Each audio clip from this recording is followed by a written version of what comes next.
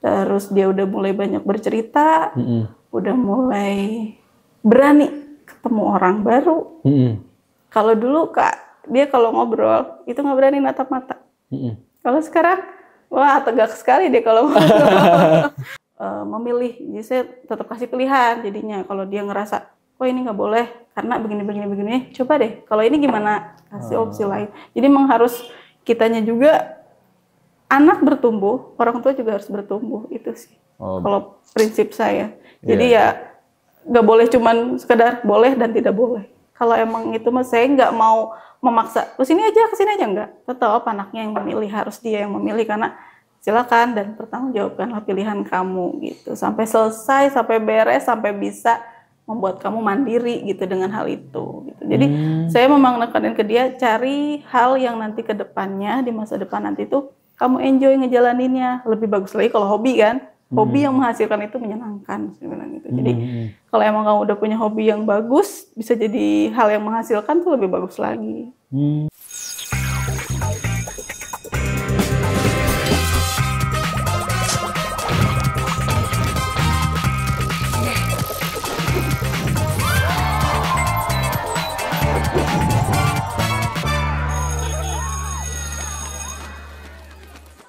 Assalamualaikum warahmatullahi wabarakatuh. Selamat datang kembali di Ruang BK Bicara Kebaikan bersama saya Valdo dan di sebelah saya sudah ada Bunda Naura. Tepuk tangan dulu dong.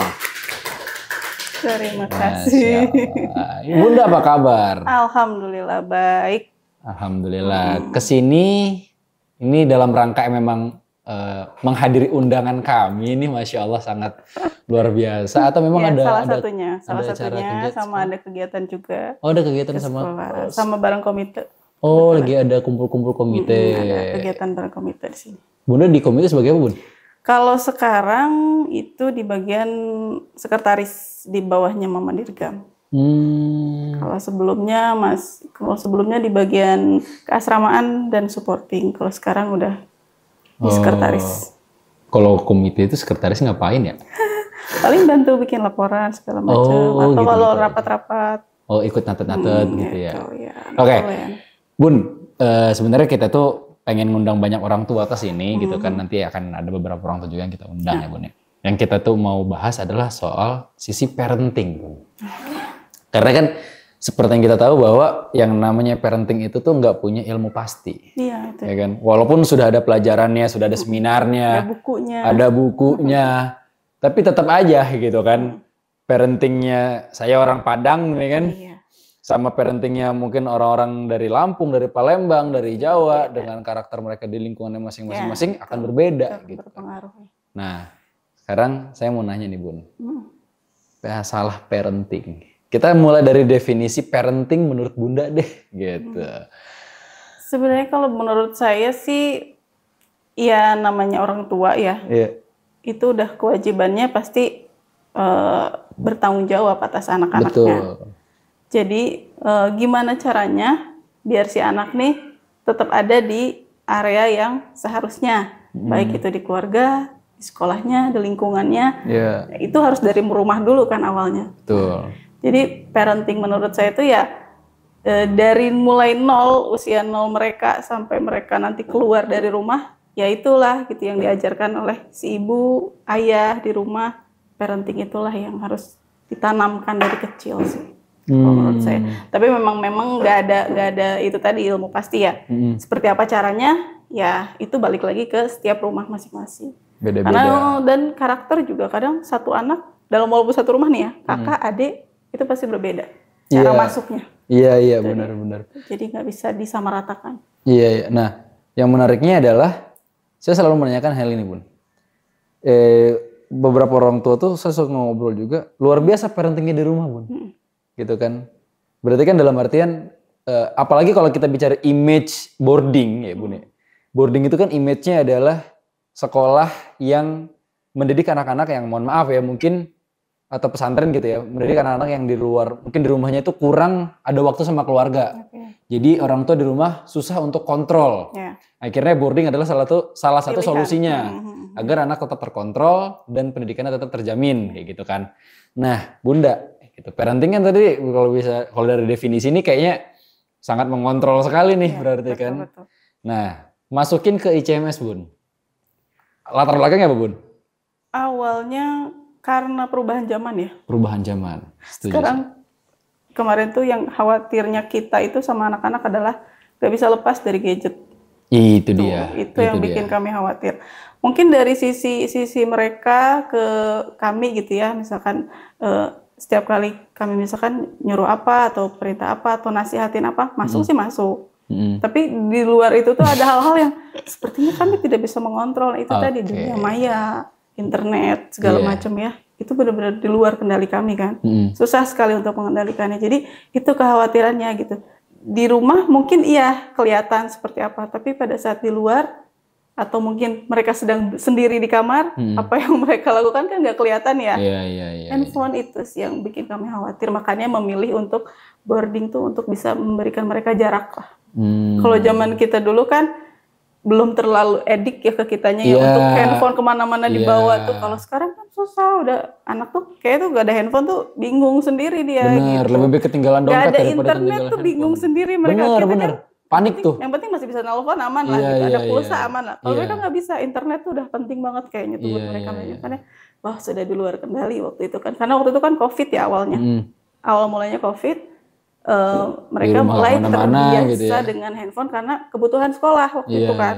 Dari situ mulai jadi nggak bisa lepas. Itu yang bikin kami khawatir, ya akhirnya memutuskanlah untuk kita boarding aja. Iya, kerasa sih Bun, kayak generasi saya kan, saya tuh kan bukan orang yang phone-holic banget gitu kan, kayak HP ketinggalan tuh nggak masalah gitu kalau menurut saya mah gitu kan. Saya nggak terlalu yang suka scroll sosmed juga gitu kan. Beda sama adik-adik sepupu saya tuh gitu kan, itu minimal makan itu harus sambil nonton ya? Harus sambil nonton YouTube tuh. Kalau YouTube-nya buffering, suapannya juga berhenti tuh. Iya, itu kan ngaruh banget ke mereka tuh. Iya. Kadang ada juga yang saking antengnya mereka malah diem, makannya nggak jalan. Nah, itu kadang terlalu fokus akhirnya kan gitu. Oh iya, bisa berubah fokus ya. Nah, setelah memasukkan Naura ke ICMS Bun, berarti ini udah masuk tahun kedua ya, dan ini kali pertamanya Bun ya untuk anak muda ya, betul. Ke boarding gitu betul. Ya. Gimana Bun perasaannya Bun? Ini perasaan waktu pertama kali masukin sekarang? Pertama kali pas masukin, terus ngelihat yang sekarang kayak gimana perasaannya? Pertama kali masukin pasti berat banget ya. Nah, orangnya kan cewek satu-satunya di rumah. Jadi termasuk bestie saya di rumah lah ya. Jadi saat dia lepas dari rumah tuh rasanya ya ada yang hilang gitu, ada yang kurang gitu kalau di rumah tuh biasa ada teman curhat malam gitu kalau sebelum tidur atau apa, ada teman ngobrol, temen shopping di Shopee kadang. Jadi sekarang nggak ada gitu, hilang. Ya rada sedih banget sih waktu awal-awal ya, tapi berat banget awal-awal. Tapi alhamdulillah anaknya enjoy aja sih dari awal sampai sekarang. Walaupun memang sih naik turun ya. Secara emosinya juga anak lah ya, moodnya kan. Moodnya gitu, terus segala macam. Terus ada hal-hal yang dia tidak senangi gitu, atau ada yang hal-hal tidak nyaman. Dia nggak terlalu meledak-ledak memang orangnya. Jadi lebih ke kalem aja nyampeinnya gitu. Kayak biasa aja, tapi sebenarnya memang berat sih kayaknya buat dia. Cuma sejauh ini masih aman sih. Jadi dulu awal benar-benar berat. Seiring berjalannya waktu mulai terbiasa. Melihat dianya juga enjoy, ngejalanin hari-hari di sini. Terus aktivitas di sini. Terus ngelihat perubahannya.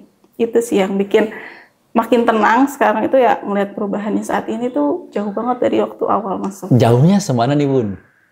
Naura itu semenjak SD lah ya. Sebenarnya dulu tuh anaknya senang tampil. Dari kecil tuh senang tampil, senang musik, senang nari, senang gambar. Wow, di kesenian luar biasa ya. Terus mulai karena di SD IT dulu kan sibuk ya dari pagi sampai sore. Mulailah dia fokusnya teralihkan ke pelajaran. Jadi anaknya memang senang banget ngejar target, walaupun dia waktu itu belum bisa belajar mentargetkan sesuatu, tapi kalau gurunya bilang targetnya sekian dia kejar sama dia. Jadi dia teralihkan lah si hobi-hobinya itu, teralihkan fokus ke sekolah. Dan memang ada titik di mana dia menjadi pendiam di situ. Sampai mulai awal SMP, mulailah khawatir kita kan, mulailah kita pancing-pancing biar dia nggak diem lagi gimana gitu, soalnya seperti memendam gitu anaknya tuh tipenya. Akhirnya setelah kita korek-korek gimana caranya, suruh bercerita tiap hari apa yang dialamin hari ini gitu. Udah mulai tuh terbuka, tapi agak susah memang mengkorek dia tuh. Untuk bisa ngobrol tuh susah banget dulu. Iya. Akhirnya pas udah akhir-akhir SMP tuh kelas 3, mulai saya dapet caranya itu ya, itu tadi ajakin. Saya curhat duluan.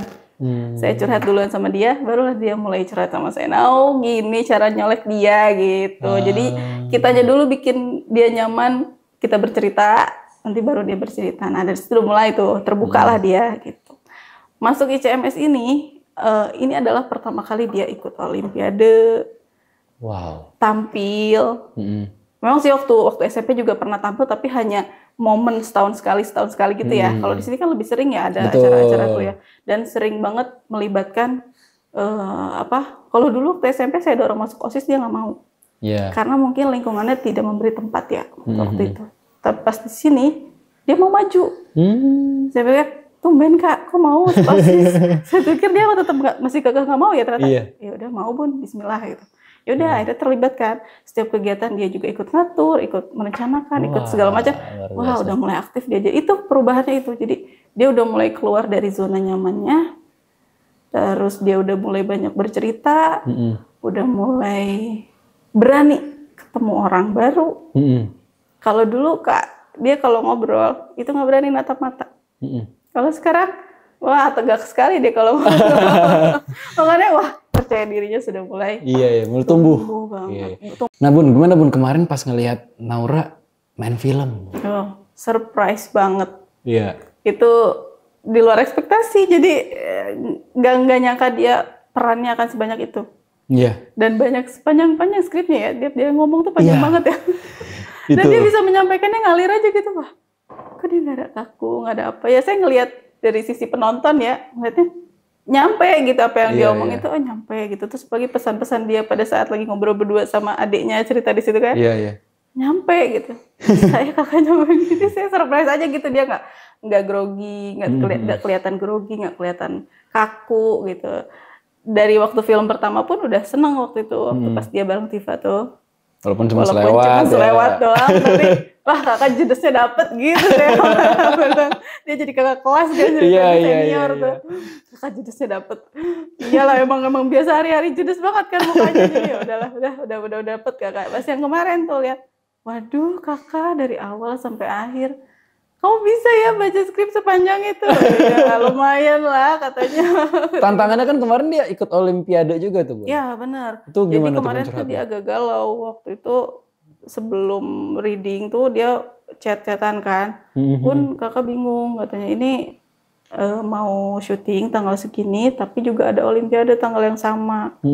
Dia bilang, terus gimana dong? Ya udah coba pastiin jamnya, saya bilang gitu. Kalau memang memungkinkan ikut Olimpiade dulu, ikut aja karena cuma sebentar biasanya kan ya, ujian doang kan, satu mata pelajaran. Tapi jamnya belum pasti, itu yang bikin dia bingung. Jam Olimpiade belum pasti jam berapa, sedangkan syuting kan udah pasti ya jam berapa. Takutnya si Olimpiade nongol jamnya di jam syuting, ya makanya gimana dong Bun? Ya udah tanya-tanya dulu deh ke guru penanggung jawabnya, saya bilang gitu. Ternyata pas nanya-nanya belum, guru juga belum tahu jamnya. Ya udah kalau ragu nggak usah, saya bilang gitu. Maaf ya Bun, maaf. Jadi dia malah minta maaf sama saya gara-gara nggak bisa ikut Olimpiade. Enggak, benar tidak mewajibkan kamu ikut Olimpiade, itu kan hanya bekal untuk kamu sendiri, saya bilang. Olimpiade ataupun lomba-lomba segala macam itu buat pengalaman kamu, bukan bunda yang mengharuskan kamu ikut. Yang penting mah sekolah udah benar juga udah alhamdulillah kalau orang tua ya. Masalah di luar itu, prestasi dia di luar itu udah pengalaman dia gitu buat dia sendiri. Jadi dia tuh kadang ngerasa bersalah kalau nggak bisa memberikan yang terbaik tuh kayaknya aduh kurang nih. Dia emang orangnya tipenya agak perfeksionis juga. Luar biasa. Baik buat diri dia sendiri, baik buat orang lain, dia kalau bisa sebaik mungkin gitu. Totalitas begitu. Jadi kemarin udah nggak apa-apa, saya bilang nggak apa-apa. Jangan jadi memaksakan diri, saya bilang gitu. Kamu jadi pengen ini, itu mending salah satu tapi maksimal, saya bilang gitu. Sekarang kalau Olimpiade tidak memungkinkan dan kamu pun ragu untuk daftar karena jamnya belum pasti itu kan, takutnya udah daftar ternyata jamnya bentrok, mending udah deh yang udah pasti aja kamu jalanin, saya bilang gitu. Akhirnya dia ya udah Bun, kakak nggak ikut dulu yang sekarang ya, dia bilang gitu. Dan fun fact-nya juga Bun, setiap film-film kita itu tuh nggak cuma kita keep di YouTube kita doang nih Bun. Jadi film-film yang kita udah produksi itu kita daftarkan ke festival-festival film Bun.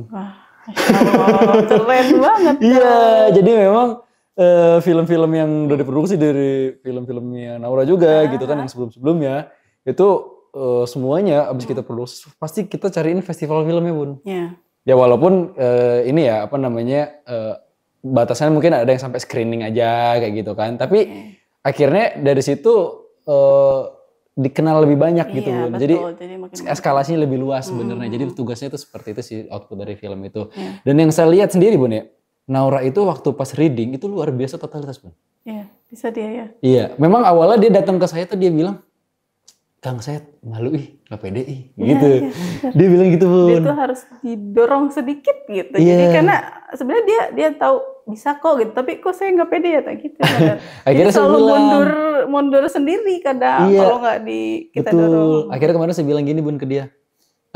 Alasan Kang Valdo milih kamu itu bukan karena nggak ada orang lagi, tapi karena Kang Valdo ngeliat kamu yang cocok buat karakter ini. Lawannya Malika gitu. Pas gitu. Iya. Oh gitu ya, Kang. Iya, karena Kang Valdo ngeliat ada karakter yang cocok dari kamu, makanya kamu yang Kang Valdo pilih. Dari situ dia mulai tuh pas reading. Saya ngeliat proses readingnya berjalan lancar, ya, baik Malika maupun Naura. Mereka serius ngejalaninnya, nggak ada bercanda, dan ketika ada catatan evaluasi pun, oh iya, Kang. Nah, saya ngeliat di situ berarti memang sudah ditanamkan jiwa-jiwa perfeksionis itu apa memang muncul sendiri, Bun? Apa gimana tuh? Emang dari kecil dia begitu. Jadi apapun tuh harus jadi dia kalau mau sesuatu pasti membayangkan dulu kan mungkin ya. Dari kecil tuh terbiasa mengimajinasikan dulu sesuatu dan kalau bisa persis mungkin gitu. Sesuai banget harus gitu. Jadi dari parenting bundanya kan mungkin sudah mengarahkan ke sana. Itu kayaknya bawaan lahir juga dia ya. Udah perfeksionis dari kecil dan ya saya juga ngelihatnya ini anak kayaknya nggak boleh salah sedikit gitu kayaknya. Oh harus sebaik mungkin, harus sebagus mungkin. Itu berjalan gitu aja sih sebenarnya. Nggak ada yang saya tanamkan seperti apa nggak ada. Cuman emang tumbuh aja dia seperti itu. Emang karakter dia dari kecil begitu. Anaknya harus sebagus mungkin, kasih yang terbaik. Gitu. Iya, itu kalau boleh tuh, Bun, itu yang lebih condong sifat perfeksionis itu, Bun, ke bundanya tuh atau ke ayahnya nih? Gak tahu saya juga. Nggak ada justru ya? Apa ya, mungkin di bidang tertentu ya untuk masalah tanggung jawab, pekerjaan udah pasti ya, kita harus sebaik mungkin apapun itu.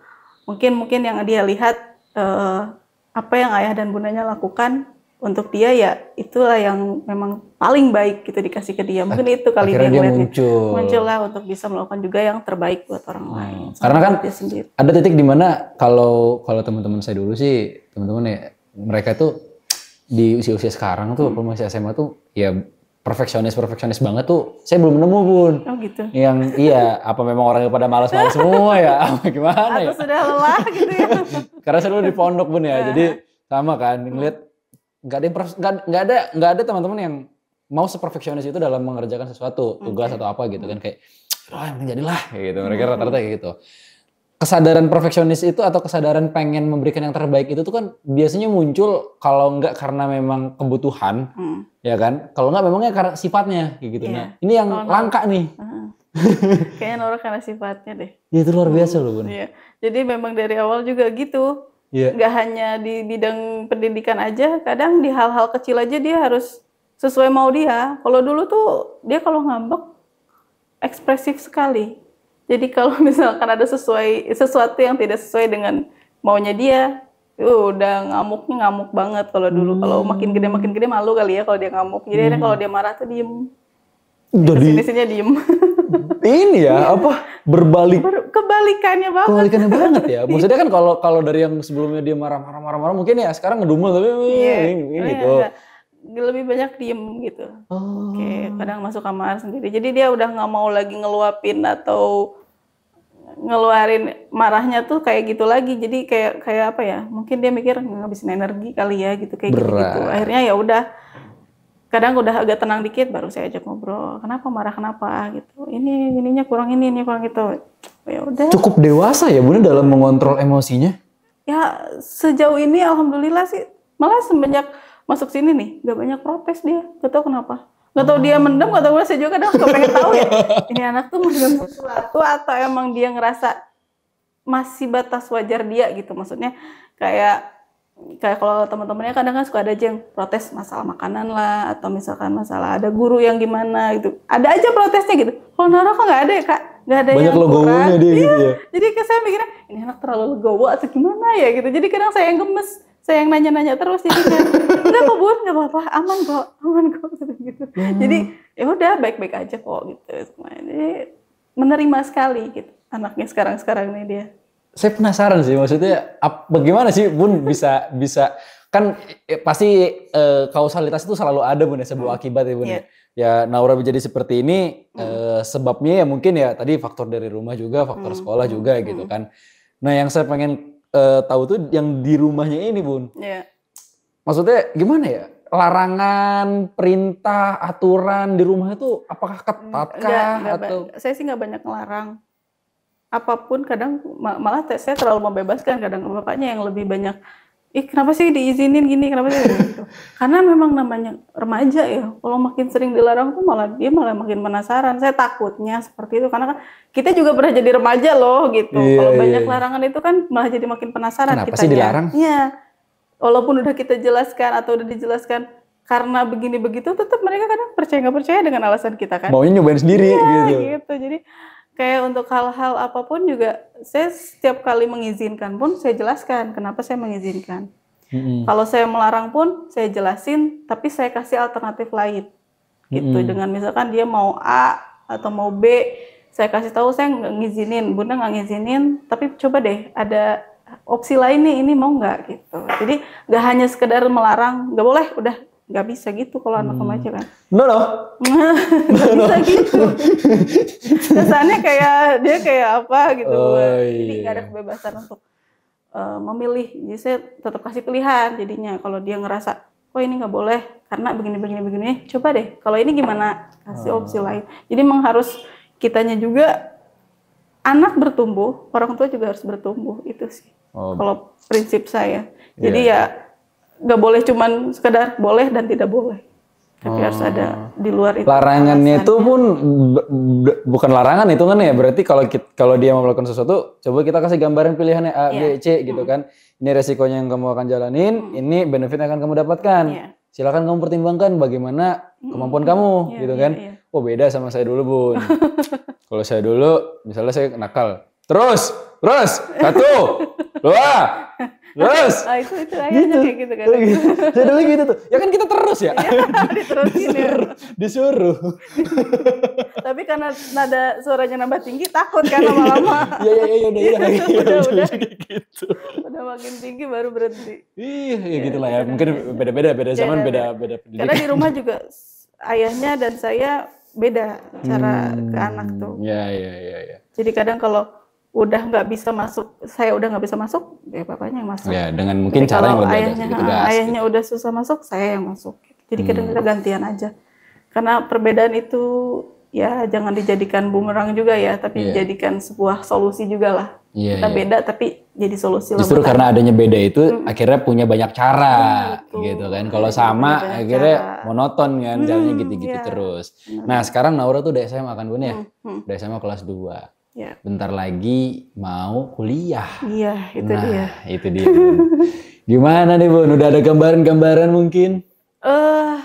Ya surprise-nya lagi semenjak masuk sini, dia udah tahu dia mau ngapain, dia udah tahu mau gimana, dia udah tahu mau kemana.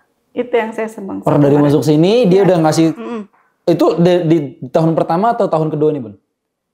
Akhir tahun pertama kemarin lah. Udah mulai masuk tahun kedua. Udah mulai punya gambaran dia. Oke, kemana Bun? Boleh tahu nggak? Kalau sekarang sih dia lebih ke, kalau nggak DKV, arsitek. Wow, lebih ke arah situ. Karena emang dari awal dia senang gambar kan. Dia tuh senang gambar dan kita tidak, dari pas waktu dia masuk sini tuh udah, kakak mau bawa alat gambar apa gitu. Jadi jangan sampai berhenti lah gitu hobi dia tuh gitu. Karena emang itu hobi, tapi juga mungkin siapa tahu kedepannya bisa dia kembangkan lagi sama dia. Jadi kita nggak stop itu. ya udah kalau dia ada waktu luang kadang dia tetap masih ngegambar. Di rumah ada nggak Bun gambar-gambarnya dia? Kalau lukis ada, jadi dia suka ngelukis juga. Terus kalau gambar, lebih ke gambar itu lebih ke di handphone sih dia. Kalau nggak lukisan tuh di kanvas gitu Bun? Iya di kanvas ada. Oh ini gambarnya? Ya, di kanvas ada beberapa juga lukisan-lukisan ya. Dia suka iseng kadang gambar-gambar.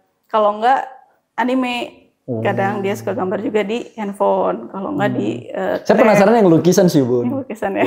Boleh nggak sih Bun saya lihat ntar boleh nggak sih? Nantilah saya boleh coba ya? cek lagi di rumah ya. Oke. Udah lama banget itu kanvasnya nggak keluar karena kan udah sibuk ya. Kalau pulang cuma 3 hari. Kalau pulang agak panjang juga paling kita liburan kemana, pergi main. Jadi udah nggak ada waktu dia tuh bongkar-bongkar alat lukisnya. Di paling cafe Bun? nih. Apa nih yang latar belakangnya di cafe Bun?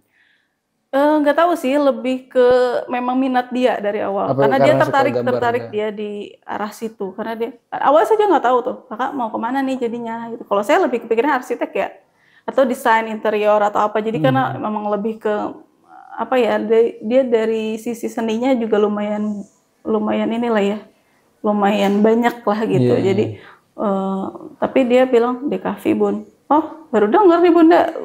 Oh kesana arahnya. Gitu. Kata kakak tertarik aja kata dia gitu. Ya udah kalau emang itu mas saya nggak mau memaksa kesini aja enggak. Tetap anaknya yang memilih, harus dia yang memilih karena silakan dan pertanggungjawabkanlah pilihan kamu gitu sampai selesai, sampai beres, sampai bisa membuat kamu mandiri gitu dengan hal itu gitu. Jadi saya memang nekanin ke dia cari hal yang nanti ke depannya di masa depan nanti tuh kamu enjoy ngejalaninnya. Lebih bagus lagi kalau hobi kan. Hobi yang menghasilkan itu menyenangkan sebenarnya gitu. Jadi kalau emang kamu udah punya hobi yang bagus, bisa jadi hal yang menghasilkan tuh lebih bagus lagi. Karena dia kepikirannya ya udah lanjutkan aja apa yang dia suka gitu dan cari di bidang itu tuh bidangnya kemana. Di kafe. Dia nyari ke situ. Wow. Mau lanjut lagi nggak Bun itu jadi seni murni? Saya kurang tahu tuh. Dia mau arah ke situ lagi atau enggak? Ya, langsung jadi seniman. Terbentuknya dia begini Bun. Sambil mandangin lukisan. Mandangin lukisan ya. Saya penasaran sih karena beberapa tuh teman-teman yang di sini tuh ya siswa itu kayaknya untuk yang ngambil di arah kreatif Bun ya. Sedikit. Oh gitu? Iya, rata-rata banyak yang ngambil ke jurusan eksak. Oke. Gitu kan, kayak misalnya kimia, matematika, fisika, biologi yang kayak gitu-gitulah gitu kan. Nah, saya baru kayaknya ini yang pertama yang saya dengar Bun. Oh, saya kira udah ada beberapa juga, makanya saya mikir karena Nora tuh dari dulu biasa melihat orang. Atau siapa misalkan ada 1-2 yang dia senengin atau dia nyaman akan jadi panutan sama dia gitu. Biasanya teman-temannya juga gitu. Jadi teman-temannya ke situ, oke, ikut ke situ. Temannya ke sini. Saya pikir juga awalnya karena ngeliat temennya. Tapi lama-lama saya lihat lagi, oh dia konsisten kok gitu. Karena kalau emang dia berubah berarti dia lihat temennya nih. Tapi sampai sekarang dia konsisten dengan pilihan dia. Oh berarti emang bener dia ini. Tapi ya saya juga nggak tahu ya awalnya dia ngeliat temennya memilih itu atau enggak. Cuman ya mudah-mudahan sih bukan karena lihat yang lain gitu. Mudah-mudahan emang murni emang dia yang memilih itu. Baru saya kira juga ada temen yang lain yang memilih itu juga. Ya semoga ntar masuk di kafe Bun ya. Amin. Nah, tapi kan Bun sebagai orang tua ya kan Bun pasti tetap ada yang namanya kalau buat saya dulu sih mungkin apa ya punishment lah ya. Kalau sekarang mungkin apa sih bahasa halusnya itu refleksi diri. Ya kayak gitu-gitulah. Ya kan bahasa perhalusnya gitu kan. Nah, kalau di rumah Bun misalnya ada Naura yang melakukan sesuatu yang mungkin ya namanya juga anak kita nggak tahu kan di luar aturan yang sudah Bunda tetapkan nih gitu kan. Itu step by step sampai akhirnya Naura sadar bahwa oh iya ini memang nggak boleh itu kayak gimana Bun penerapannya? Tergantung nih apa kesalahannya. Misal kita ambil contoh dia terlalu berlebihan pakai gadget. Otomatis pasti saya stop di jam tertentu. Entah itu karena waktu itu memang sebelumnya itu kan cuma Naura doang yang pegang handphone, adiknya belum. Ini A2 nih yang kelas 7 di sini juga. Jadi baru Naura aja pegang handphone itu belum saya kendalikan dari jarak jauh. Jadi masih kalau udah jamnya segini saya cuma cek, udah ya stop, simpan handphonenya. Dah, jadi nggak saya ambil. Tapi kalau masih dia pakai di luar melebihi jam aturan saya, udah baru saya ambil, saya sita. Tuh untuk peringatan pertama baru saya sita di jam tertentu misalkan udah atau saya kurangi misal misal sampai jam 9 maksimal. Karena dia melakukan kesalahan di hari sebelumnya, berarti di hari besoknya akan saya kurangi 2 jam misalkan. Jam 7 misalkan udah saya ambil. Jadi kan dia udah, oh biasa jam 9 masih bisa pegang, ini dikurangi gitu. Tapi Naura ini emang anaknya nggak harus berkali-kali saya marahin. Anaknya gitu ya? Iya, jadi udah sekali dia dihukum, dia ngerti, iya saya salah. Oh iya, ini salah. Oh iya Bunda marah. Pernah sekali waktu, karena berulang, sekali waktu dia berulang dengan hal yang sama, kesalahan yang sama, saya hukum lagi. Ketiga kali saya udah capek dengan hukuman yang sama kan. Ya udah, saya lebih beratin lagi, sama sekali nggak saya kasih. Dan saya diem, silent treatment saya sama dia. Berat gak sih Bun silent treatment ke anak? Kalau saya sih karena emosi ya, saya lebih milih diam daripada saya harus ngomel nyakitin hati mereka gitu. Jadi lebih baik saya diam, mereka jadi diemin gak enak kan? Iya. Mereka jadi bingung sendiri kan, gak ada yang bisa ditanya, katanya gak ada yang ngajakin ngobrol, mau makan juga serba salah gitu kan. Mau ke dapur, bundanya lagi di dapur, nggak jadi deh, ke kamar lagi aja. Jadi akhirnya mereka sendiri yang gak nyaman karena saya diem. Akhirnya malamnya kadang, Bunda maafin gitu. Jadi ya dia akhirnya mulai menyadari bahwa iya kakak salah, maaf kan gitu lagi. Nah itu udah paling tingkat tertinggi sih, silent treatment udah paling bikin gak nyaman mereka sih biasanya. Silent treatment udah tingkat tertinggi ya Bunda. Kalau di silent treatment masih nggak sadar juga, wah udah nggak tahu harus diapain lagi. Kalau saya itu silent treatment itu level bawah Bun dulu. Gitu. Iya itu salah dikit itu silent treatment itu. Level 2-nya ikat pinggang, kalau enggak rotan Bun. Iya. Zaman dulu zaman tuh. Sekarang udah gak bisa gitu, dia anak bisa protes kalau digituin. Bunda ini kekerasan dalam rumah tangga katanya gitu. Apalagi yang anak cowok, waduh. Gak boleh ada pukul-pukul Bunda katanya. Ya udah kalau nggak dipukul setidaknya dikasih tahu udah bisa ngerti ya. Ya kalau Naura sih alhamdulillah jarang sekali sampai tahap berkali-kali saya marahin sih. Hanya ya bisa hanya mungkin sekali 2 kali doang lah selama di rumah tuh, kalau udah yang ini banget gitu. Makin gede udah makin ngerti lah dia gimana ngadepin bundanya, gimana dengan aturan rumah. Yang penting kan dia tahu polanya saya tuh intinya sholat jangan tinggal, jangan lewat. Intinya itu ya. Intinya itu kalau di rumah. Terus bangun mau sekolah, mau semalam apapun kamu tidur, pagi nggak boleh susah bangun.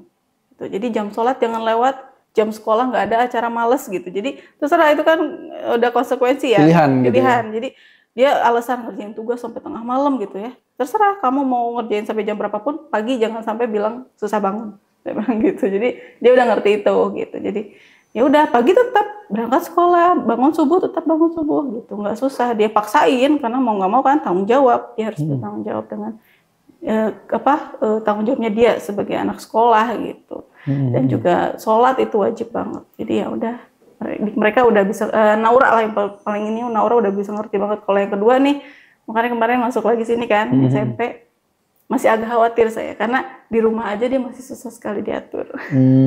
Dia belum terlalu ngerti banget tanggung jawab gitu ya. Ya dia tahu tapi ngejalaninnya dia susah, masih susah untuk menjalaninya. Makanya agak memaksa juga saya masuk di sini dia. Iya. Kalau Naura sih alhamdulillah sih. Sejauh ini kalau untuk tanggung jawab udah ngerti, jadi saya nggak perlu sampai harus berkali-kali ngasih hukuman atau apa semacamnya itu. Jadi bisa dibilang anaknya ya gampang lah ya untuk diatur ya, diarahkan betul. Gitu ya. Nah, pertimbangan masukin si adiknya ke sini tuh apakah ya karena kakaknya ya, karena ngeliat output kakaknya ya. Iya, saya karena ngeliat setahun dia di sini berubahnya drastis gitu kan. Ya udah kenapa enggak adiknya? Dari 3 bulan pertama lah ya Naura di sini beres karantina. Iya. Itu saya udah ngeliat perubahan dia sebenarnya. Oh iya? Ya, dari karakter dia berubah banget. Yang tadinya pemalu, ini enggak dong. Saya kaget dong. Malah saya yang diajakin dia untuk ketemu mama-mama temennya. Kok jadi saya yang jadi pemalu ya sekarang? Dia yang ngajakin saya, itu mamanya ini mamanya ini. Masya Allah, anak saya yang tadinya dia yang harus saya gusur-gusur, saya sekarang yang ditarik-tarik sama dia. Udah kelihatan banget dari 3 bulan pertama habis karantina itu udah kelihatan perubahannya. Terus dari situ mulailah makin banyak lagi ya, udah enak. Makanya masukinlah adiknya ke sini. Sama salah satu lagi yang bikin saya pengen masukin tuh yaitu teknologi yang diajarkan di sini ya, coding itu kan. Jadi dijadikan mata pelajaran dan itu berharap banget lah gitu bisa tetap ada dan bisa itu tadi apa motonya ICMS tuh Berhati Mekah, berotak Jerman. Itu yang pengen banget nanemin itu ke anak-anak. Iya. Wah ini sungguh luar biasa ya. Bun, Bunda kesibukannya apa nih Bun? Kalau sekarang sih ya sama dengan kayak ibu rumah tangga lain ya, ngurusin anak. Nih kan adiknya Naura juga masih sekolah yang kecil, jadi masih tetap antar jemput anak, terus ngurusin rumah, sama mungkin ada sedikit usaha laundry ya di rumah, tapi nggak terlalu besar juga. Lagi mode bertahan ini usahanya. Lagi mode Karena bertahan. habis terjun payung kemarin COVID kan, jadi belum mulai beranjak lagi, jadi udahlah mode bertahan aja dulu, yang penting masih tetap ada. Iya. Itu paling sama kuliah paling gitu. Nah, kuliah nih, fun fact yang menarik nih. Bunda mau kuliah. Iya. Lagi kuliah Bun ya? Masih lagi kuliah.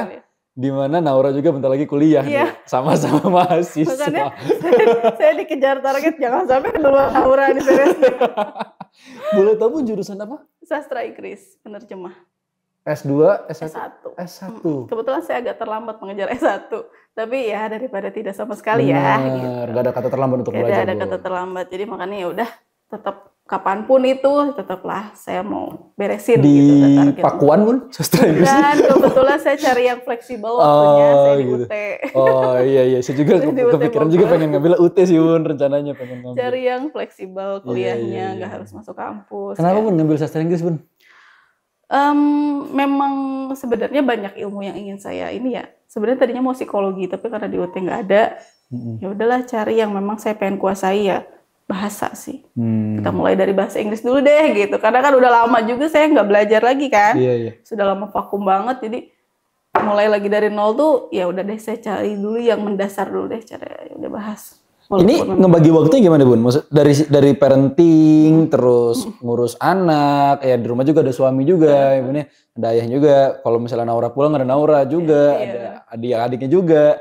Ada kuliah juga, ada usaha juga gitu kan. Yang tadi kata Bun lagi mode bertahan. Jadi kan mode bertahan kan defense-nya kan gila-gilaan Bun. Maksudnya kan itu kan harus bisa fokus. Kalau kita nggak fokus mah pertahanan bisa runtuh tuh Bun. Iya, kalau ini mah kalau ditanya emang udah berkali-kali hampir runtuh sih semangatnya gitu. Tapi ya sudahlah jalanin aja. Tapi memang kalau untuk membagi waktu ya kalau bisa dibilang 24 jam kurang, pengennya ngomong gitu ya, tapi ya kalau boleh gitu juga ya. Jalanin aja. Jadi dari pagi ya udah prioritas sih yang lebih saya utamain. Skala prioritasnya Bun ya. Mana yang paling utama di hari itu udah jalanin aja. Jadi tiap hari tuh akan ada hari yang berbeda gitu. Jadi hari ini apa prioritas hari ini? Saya jalanin dulu yang paling utama, sisanya ngalir aja. Wah luar biasa. Ini menarik sekali Bun, karena kuliah, ya kan. Dan enaknya kan di UT kita nggak setiap bulan itu sibuk. Iya. Jadi hanya ini juga di Oktober nih, di Oktober udah mulai perkuliahan, tapi kan kita online. Jadi paling kita standby depan laptop. Nanti beres perkuliahan selama kurang lebih 6 minggu, 8 minggu lah ya, ujian. Ujian itu paling hanya beberapa kali lah ya. Kan saya semester sekarang ini 7 mata kuliah mungkin ya. Di 3 hari doang lah dalam sebulan mungkin perkiraan saya ya, karena 7 mata kuliah. Jadi mungkin di 3 hari doang untuk ujian. Udah selebihnya santai lagi. Jadi dan UT ini kan belajar sendiri saya kan. Jadi nggak ada kampus yang setiap hari kita datang dan ketemu dosen, belajar bareng tuh kan nggak ada. Tipsen, nggak ada tipsen.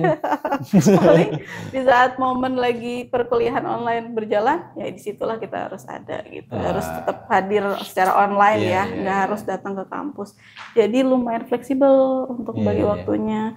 Cuman paling kalau udah ada hal-hal yang saya nggak ngerti atau sayanya butuh bantuan pengajar atau segala macam itu agak susah sih. Gitu ya. Kan ada kan biasanya kan orang tua itu kan ngambil cepet aja Bun ya. Kalau kuliah kan lumayan lama 4 tahun ya kan. Kalau ngambil cepet aja kan kursus paling 6 bulan beres gitu kan.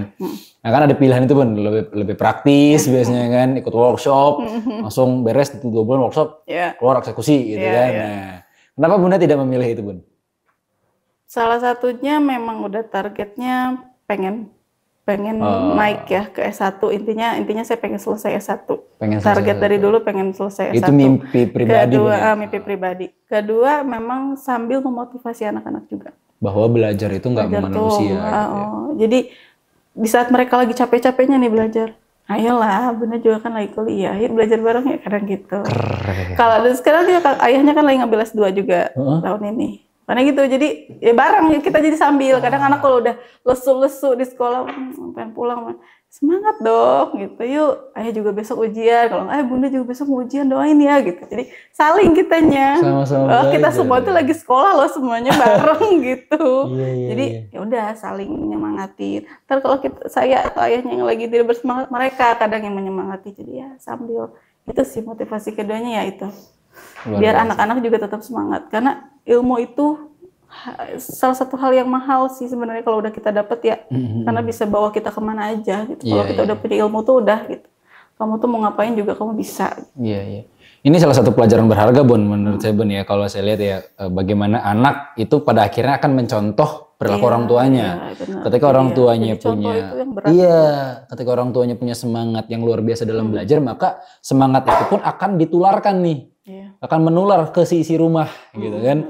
Tapi kayak saya beberapa kali kemana ada orang tua yang di rumahnya suka baca, ya kan. Jadi anaknya pun jadi ikut suka baca. Nah, saya juga gak tahu nih Naura ngikut saya atau emang dia memang suka ya. Jadi seneng banget saya itu, vibes-nya tuh happy aja kalau masuk ke Gramedia. Dan dia juga sama ternyata. Seneng banget kita masuk ke Gramedia. Jadi kalau kita udah ke mall itu pasti harus ke Gramedia. Biasanya saya suka nanti aja deh karena bawa anak-anak repot. Misalkan kalau dulu kan suka ya udah deh nanti deh, keinginan pribadi nanti gitu. Semenjak ada Naura dan Naura suka, jadi ada alasan gitu ya. Kakak ya mau kesana kakak, padahal saya juga mau. Alasan kayaknya kakak mau ke Gramedia, padahal saya juga seneng gitu. Jadi masuk ke Gramet, bener-bener ngeliatin satu-satu buku tuh udah happy banget gitu, ngeliat judul-judulnya, ngeliat ini, dan akhirnya dia nggak afdol kalau nggak beli ya, dan tidak baca gitu. Jadi pasti setiap ini tuh perpulangan Naura pasti selalu minta buku, beli buku baru karena buku apa Bun? Macam-macam sih dia. Novel iya, pelajaran iya, komik iya, apapun. Madilog nggak Bun? Apa itu? Paling kayak gitu-gitu aja sih bacaannya. Iya. Komik berseri. Terus ya pada usianya lah ya gitu. Kaget sih kalau bacanya Madilog Bun. Saya yang kaget. Ya itu tadi itu pelajaran yang luar biasa yang saya bisa tangkap dari hasil obrolan kita nih Bun, bahwa apa yang sekarang jadi dari dalam dirinya Naura itu nggak jauh dari apa yang sudah orang tuanya lakukan dan sedang lakukan. Ya, benar. Dan sehingga anak memang mencontoh tuh anak mencontoh. Saya juga kadang, aduh ada yang salah nggak ya yang saya lakuin? Kadang takut kan kita tuh sebagai orang tua karena jadi panutan mereka ya. Jadi yang mereka lihat ya itulah yang akan mereka lakukan. Bunda saya gini, saya kayak gini boleh nih. Jadi saya kayak gini aja boleh. Dan memang di masanya mereka sekarang memang perlu saya menjelaskan bahwa ayah dan bunda juga manusia, bisa salah, bisa hilaf. Jadi jangan merasa bahwa ayah bunda adalah orang yang sempurna, tapi kan di dunia juga nggak ada yang sempurna ya. Jadi tetap kami juga pasti ada salahnya, tolong dikoreksi. Jadi udah nanamin itu juga sih ke Naura, karena udah mulai gede kan dia. Iya, jadi harus jangan sampai dia berpikir sendiri bahwa udah ayahnya jelek, udah bundanya jelek, terus dia lihat yang lain. Jangan sampai begitu, tapi kita saling mengkoreksi. Luar biasa. Ambil sisi baik, ininya koreksi sisi yang kurang baiknya. Apa Bun pesan hidup yang Bunda selalu tanamkan kepada Naura dan adik-adiknya? Beda sih sebenarnya. Beda-beda untuk Naura deh.